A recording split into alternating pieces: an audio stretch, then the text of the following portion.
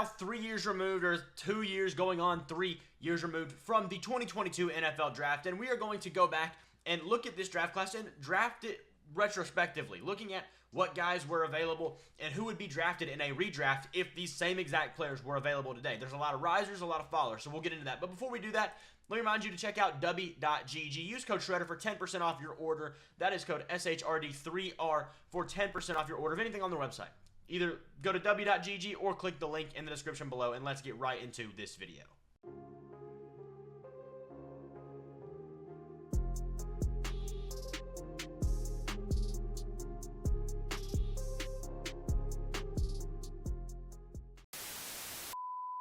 We will be using the draft order that was before the draft night, so any trades that happen on draft night won't be considered here. Starting off with the Jacksonville Jaguars, and they originally took Travon Walker. Here they're going to take Sauce Gardner, a guy who's going to stand out in their secondary unit for quite a few years to come.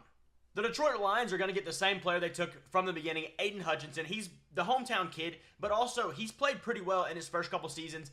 There's not a lot of reasons for them to move off of him. They have Jared Goff. There's not a lot of things for other movement to happen here. It's going to be Aiden Hutchinson. We have our first big change here. Originally, this was Derek Stingley. This time, it's going to be Brock Purdy. Obviously, they didn't have C.J. Stroud by this point. That would be a full year later after this draft. So they're needing a quarterback. Davis Mills ain't getting it done. Go get a quarterback. And at this point, from what we've seen from Purdy, he's by far the best quarterback from this class.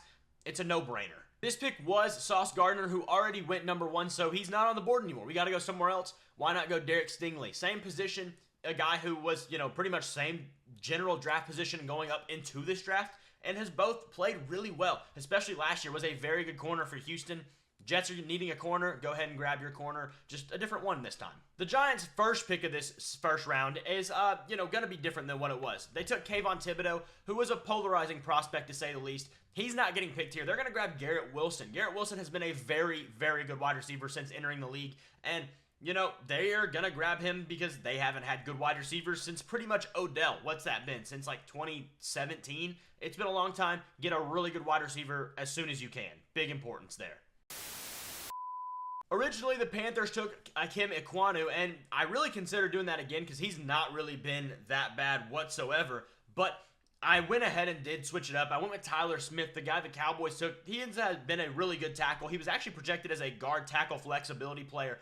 And the Panthers need either or and all of the above. So go ahead and get a guy who's a little bit more versatile and, a really good player up to this point in his NFL career. The second Giants pick originally was Evan Neal. They're definitely not doing that one again. This time they're grabbing Charles Cross. He's been a really good tackle out for the Seattle Seahawks, and it's really a no-brainer. He's been really, really solid. Why go anywhere else? Get the guy who's been the best at the position you drafted, and your guy wasn't it. The Atlanta Falcons originally took Drake London, and though he hasn't had a chance to really prove it, and it's not been his fault, he's not going to be the selection here. Sure, he hasn't had a chance. It's not really been on him. Great. He still hasn't proved it. You can't say anything else other than that. They are going to switch up, and they're going to go with Kayvon Thibodeau. Kayvon Thibodeau has had one solid year of production, and the first year was back and forth. However, Atlanta has needed some true edge rushing abilities for a long time, and this just makes too much sense. It's a good need fit for this team. Charles Cross is off the board for the Seahawks, and they are going to go a completely different route. Yeah, they already have 2 safeties, but they're going to get Kyle Hamilton. I couldn't let this guy fall any farther. He's been so good for Baltimore, and he is a very dynamic player, a different player. There's not a lot else you can say about him. He's a big safety who can run as fast as any, cover well, play the box, do all the things, and basically just a big Jamal Adams upgrade because Jamal Adams ultimately just hasn't been very good since he's pretty much left the Jets. So, yeah, I think this is a great pick. I don't care who you have there. Grab Kyle Hamilton. The Jets' second pick was originally Garrett Wilson here. They're going to go ahead and grab Travon Walker, though. This guy is super interesting. Had a really good year last year, but a really bad year 1. And for a number 1 overall pick, that's not what you want. However, we did know he was a project coming in, and if his project is improving, if we're getting a better example of this project as we go down the line, there's no reason to not think he won't be really, really good this coming year. And after what he gave us last year, we should expect to see a lot more from him. So it's a safe enough pick for the Jets to grab him at 10. The Saints are the one who made pick 11 in real life, but this was Washington's pick. And they're going to go with Tariq Woolen, a really solid corner since he's been in the league. Very big, big player, a lot bigger than you'd think a normal corner would be. And he's played very well with this size, and just why would you go anywhere else? Commanders really need some secondary help, and makes a ton of sense here for Tariq Woolen. In real life, this was Detroit's picking of Jameson Williams, but this was Minnesota's pick before that. They're going to grab Chris Olave. At this point, they don't have Jordan Addison. They're going to get a guy who fits right into the slot position for them, plays right beside Justin Jefferson, and plays very well because, well, he's Chris Olave. That's a really good, comparison. Sure, you could have waited and gotten Jordan Addison, but you also can get Chris Olave. Both are very good options. Houston also has a second pick here in the first round, and we're going to get another really big riser from this draft class. Trent McDuffie goes to Houston. Earlier they picked up Brock Purdy. In real life, they got Derek Stingley. They have a cornerback hole here. Well, now with Trent McDuffie, you don't. You got one locked up, and this is a very good corner. Done a lot of good things in Kansas City, ultimately getting himself 2 rings so far in his career. At 14, I have Baltimore taking Drake London. Yeah, Drake London hasn't proven a whole lot, but he still has a lot of upside, and he's still only just entering his 3rd year in the league. He's done enough to make me think that he's not a complete bust. It's not really necessarily his fault. You can point a lot of fingers, and that's great. Ultimately, he still hasn't proven a lot in his career. However, maybe a change of scenery, a different situation could have helped him a lot. Baltimore picks up a receiver, a position they've needed a long time, and up until this past year, they haven't had at all. At 15, the Eagles will take Breece Hall. This is a pick that was traded originally. They went up and got Jordan Davis in this draft, but Breece Hall, with this Eagles offense, Jalen Hurts, A.J. Brown, Devontae Smith, whatever it may be, and you can go get Breece Hall, that's something. I mean, you can't really take advantage. Yeah, you got to. There's not a question about this. Here at 16, New Orleans is gonna pick up Jordan Davis. They have a big hole on the interior of their D-line, and it's a problem they've had for quite a while. Cam Jordan's a good player, but hasn't been able to do all these things. He kind of also plays more on the edge as a real true defensive end. A lot of things going into this. They'll later on pick up Brian Bresee, but in this timeline, Jordan Davis is on the board, and he's a really big and physical guy. Go ahead and take him while you got him. The Chargers are going to stop the fall of Ikem Ekwonu. He's a really good tackle. He's not done amazing, but he's been super decent. There's nothing wrong with Ikem Ekwonu. Solid tackle for the Carolina Panthers. Go ahead and grab him. And, the Chargers, well, their offensive line's been pretty much in complete pain for a long time. They have Rashawn Slater on the left side, and everything else could probably be replaced with 4 me's, and they'd be just the same. So that's not really helping them out at all. Get them a guy who can do something. Philly has another pick on the board here, and they're going to grab division rival player Deron Bland, a guy who fell down a lot, didn't do a whole lot rookie year. Year 2, though, was a big year for him, had a ton of pick sixes. Did he get burnt every other play? Kinda, yeah. But either way, you have a lot of potential development here, a guy who really has a nose for the football. You can do some things with that, especially in this Philly defense where you have a lot of other guys, a front 7 that's really nasty, Darius Slay playing in here. There's a lot of things they could do that maybe helps Deron Bland development even earlier on than Dallas did. New Orleans is going to grab edge rusher Jermaine Johnson. They're going to double down on their defensive line. This is a really important pick for me, in my opinion, because they haven't had a great edge rusher either. They've tried to take Peyton Turner. They've tried to take these other guys. There's a guy with the last name Hall. Logan Hall, I can't remember right now.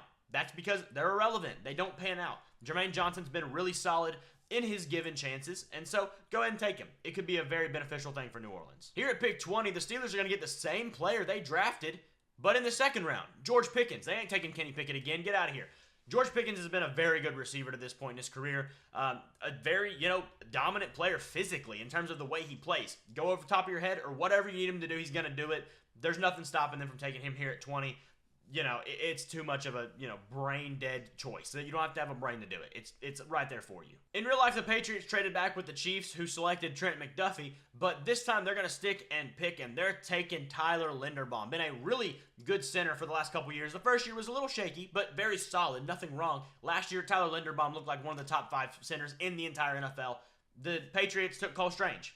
I don't need to say anything else. Green Bay is going to grab a division rival player here and take Jaquan Brisker, a guy taken by the Bears later on in this draft. Jaquan Brisker has been a really solid safety since he came in and is slowly progressing as, one of the more decent safeties in the league. Is he amazing? No. He's not on that top-end level of safeties, but he's been very, very good, and there's nothing wrong with that. Not everybody can be a superstar. That's a position of need for Green Bay. Go ahead and take him. Arizona has been lacking defensive talent for a long time now, and they're going to try to fix that by getting Devin Lloyd. Devin Lloyd's been a linebacker for the Jaguars who's been relatively good. I mean, plays alongside Foye Oluokun, which does him some help, but Also, just been a really impressive player himself. He's a very athletic guy, comes out of Utah, and for a team that has the need of talent, it's a no-brainer here too. Dallas doesn't get Tyler Smith here, so they're going to take Bernhard Raimann, a guy who maybe I even let fall down too far here in this draft class.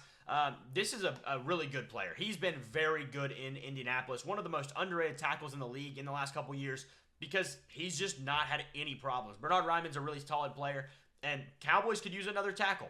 They took Tyler Smith, who plays tackle for him now. Bernhard Raimann could have been a better one for them then. The Bills are going to take who would eventually be the Bears cornerback, Kyler Gordon. Kyler Gordon's had a really solid start to his career, plays in a solid secondary, but the Bills have had some very big secondary issues in the last few years, causing them to lose in the playoffs. Whether it be play or health or whatever, Kyler Gordon hasn't really had too much of trouble with health or with his play either. So take a guy who's been really good in his career so far. The Tennessee Titans are going to take who would eventually be the Chiefs edge rusher, George Karlaftis. Karlaftis has been very decent at this point in his career, and Tennessee needed some edge rush help at this point in time.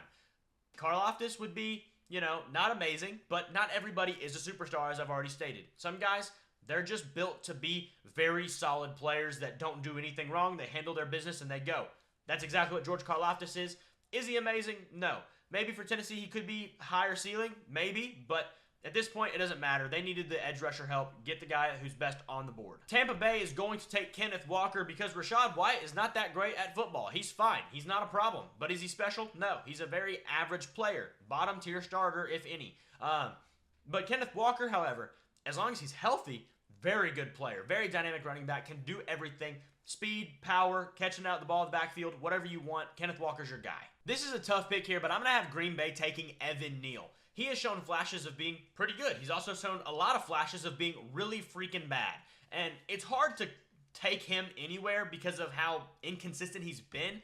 But you have to remember the prospect he was coming out and the potential he does have. A high-end guy out of the SEC, that's just hard to pass up on. And Green Bay's had some O-line troubles for years now. Obviously, Bakhtiari has been removed from the situation. Evan Neal, maybe in a different situation, plays out better. You don't know. He's too good of a prospect to pass up there for Green Bay, though. Kansas City is going to grab Jalen Petrie. He is a guy who can, play a little dime backer, play safety, whatever. Losing Trent McDuffie's a big part of this. Obviously, they had Justin Reed or whoever at this time, but it's still not a question here. Jalen Petrie's a really solid player. You don't get Trent McDuffie. You need a guy who can move around, do some things. Jalen Petrie, he's your guy. The Chiefs go back-to-back here, and the first pick was obviously traded up so they could grab a player higher in the draft, but this time, they're going to have a player that, once again, they have already taken. It's just going to be later that they have to get earlier. Isaiah Pacheco has been really good for Kansas City, and with the production he's given them, I'm not a big Pacheco guy. I think he's fine. He's not amazing, but with the production he has given them, you're taking him here in the first round, and you're not really thinking twice about it. The Cincinnati Bengals will be taking Luke Goedeke. He is a tackle for the Tampa Bay Buccaneers who's been really solid. Not a big problem with him. After Donovan Smith left Tampa, Tristan Wirfs kicked over to the left side. Godeke's played well on the right.